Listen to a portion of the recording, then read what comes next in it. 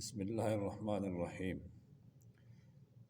حضرت ابو ذر غفاری رضی اللہ تعالیٰ عنہ سے روایت ہے، فرماتے ہیں کہ نبی کریم صلی اللہ علیہ وسلم نے ارشاد فرمایا ہے، جب ہر بندہ تم میں سے صبح صحیح سلامت اٹھتا ہے تو اس کے ہر ایک جوڑ کے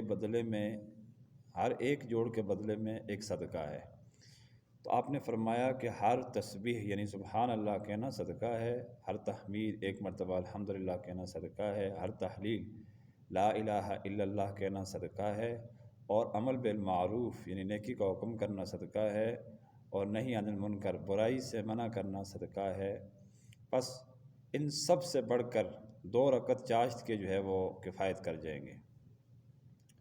یہ صحیحین کی ہے، مسلم شریف کی حدیث مبارکہ ہے۔ اس میں بس چاشت کی نماز کی فضیلت بیان کی گئی ہے اور اہمیت اجاگر کر دی گئی ہے کہ جب بندہ صبح کو بیدار ہوتا ہے تو اپنے اعضاء کو صحیح سلامت پاتا ہے تو اس کو کوئی نہ کوئی نیکی کا کام شکرانے کے طور پر کرنا چاہیے۔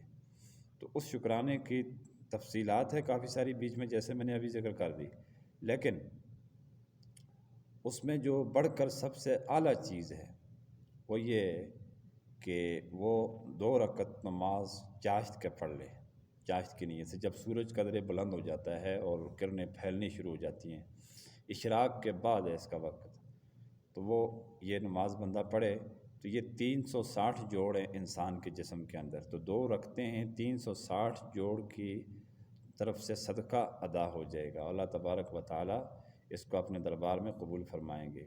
پھر نماز کا اس لیے فرمایا کہ 2 رکعتیں کفایت کر جائیں گے، کیونکہ نماز ایک ایسی عظیم ترین عبادت ہے کہ اس کے اندر انسان کے سارے اعضاء استعمال ہوتے ہیں، برخلاف اس صورت میں کہ جب وہ صرف سبحان اللہ کہے گا، الحمدللہ کہے گا، اللہ اکبر کہے گا، اس صورت میں صرف وہ زبان استعمال ہوگی۔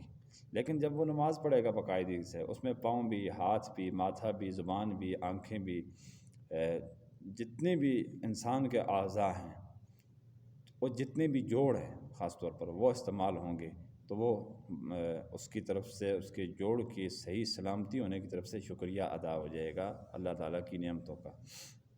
اس لیے یہ کرنا چاہیے۔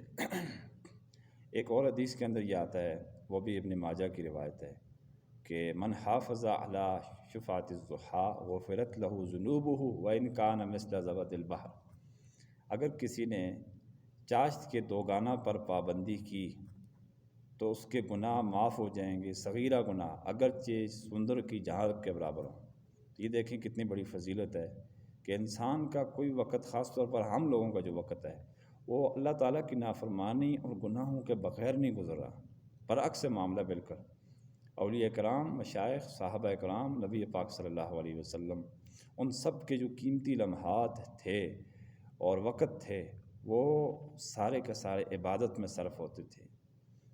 ایک تو وہ زمانہ بہت بہترین تھا، اب شر کا اور فتنے کا زمانہ ہے، ہمارا ہر عضو تقریباً گناہ ہم کے اندر ملوث ہے، تو کوئی موقع ایسا نہیں ہے جس میں ہماری طرف سے کوئی گناہ نہ ہوتا ہو۔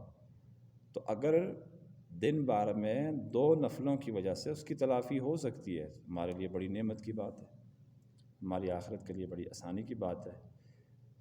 یہ نماز کم سے کم 2 رکعتیں ہیں، اس سے زیادہ فائدہ مند 4 رکعتیں ہیں، اور زیادہ سے زیادہ 8 رکعتیں ہیں۔ جتنی بندہ پڑھ سکے اس کا اہتمام ضرور کرنا چاہیے، بڑی فضیلت ہے اس کی، انسان کے سارے اعضاء کی طرف سے صدقہ ہے۔ اللہ تبارک و تعالی ہم سب کو ان احادیث کے اوپر عمل پیرا ہونے کی توفیق عطا فرمائے۔ وآخر دعوانا ان الحمد للہ رب العالمین۔